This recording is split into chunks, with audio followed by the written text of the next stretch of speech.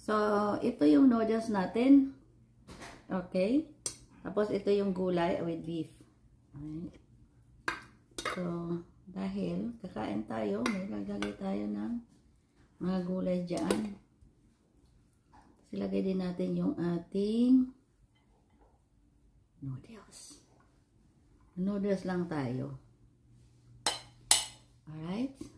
Tapos gulay ulit. Tsaka beef ulit. Ayan na. Yan na. Mayroon na tayong lunch or dinner. Tikman natin yung ating ginawa. Diba?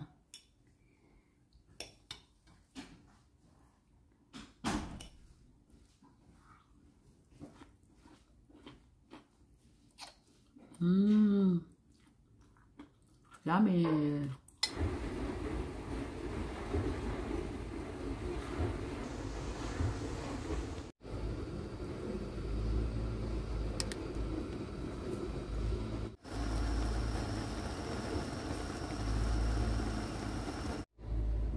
So, ito today, luto time again. Kasi wala tayong sipag-sipag today. So, magluluto tayo ng gulay.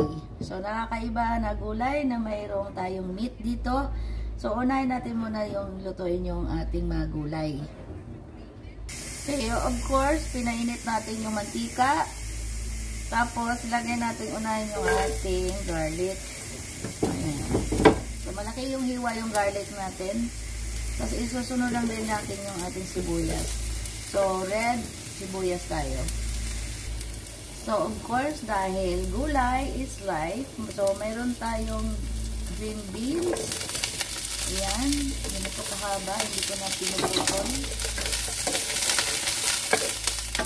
Isabay na rin natin yung ating peppers.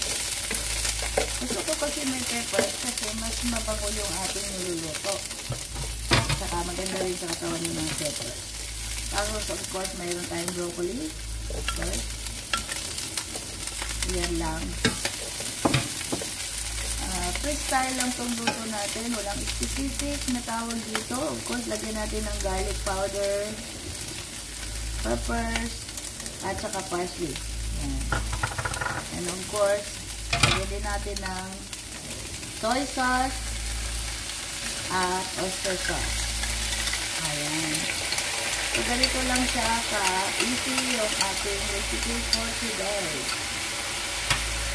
So, ihalo lang natin yun. Hindi natin lalagyan ng sabaw.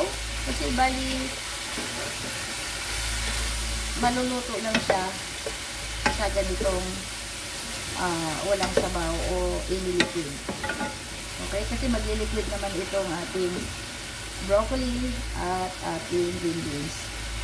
So, tatakpan lang natin to siya hanggang lumambot. Para nandun pa rin yung crunchy niya. Tatakpan lang natin ng sandali. Yun. Hindi kailangan ng sabaw. Basta mahina lang yung ating apoy or heat. Sa palagay nyo ay medyo matigas pa, check natin muna, no? So,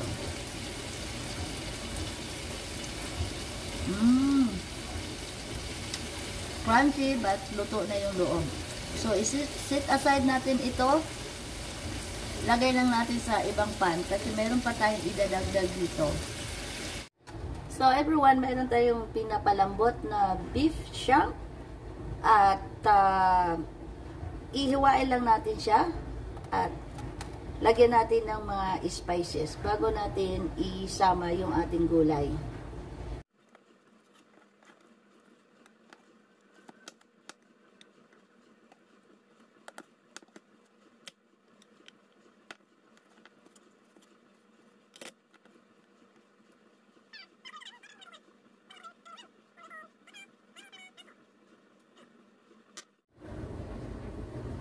So, sa disimpan, at lagyan lang natin ng konting mantika. Ano? So, uminit na yung ating konting mantika. Ilagay lang natin yung ating beef.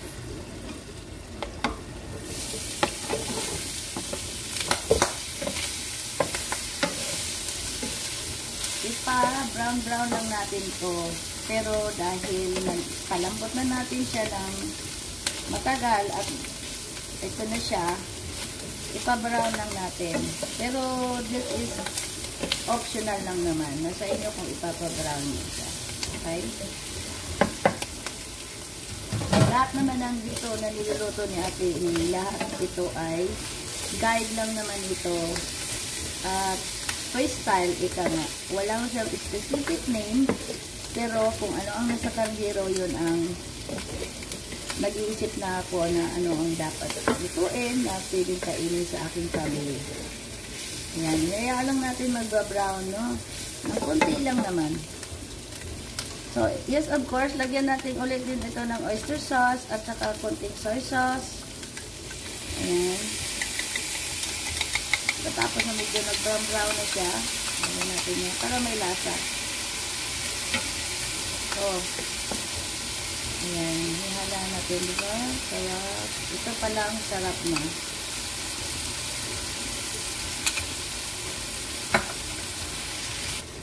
So, kita nyo guys, yung nasa loob, siyempre, kaya pa sinama yan dito para padagdag lasa.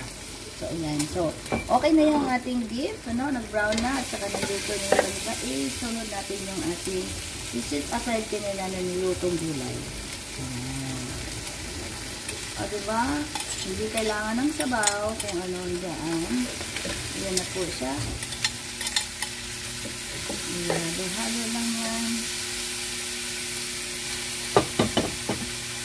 At ilalagay natin ng green onions.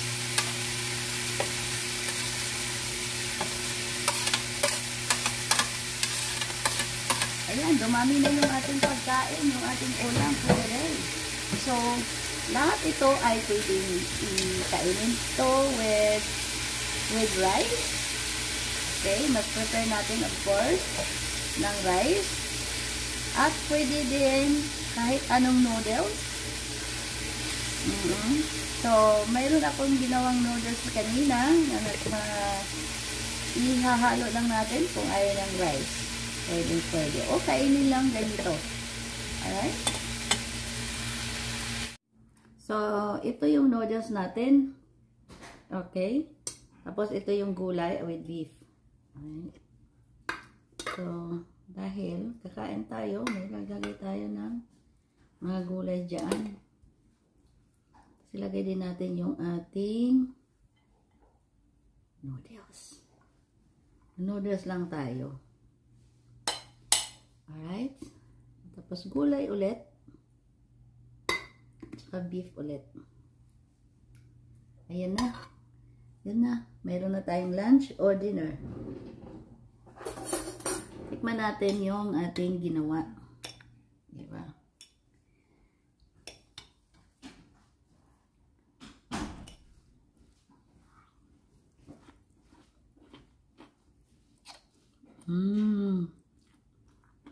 Yummy. Thank you for watching. Bye.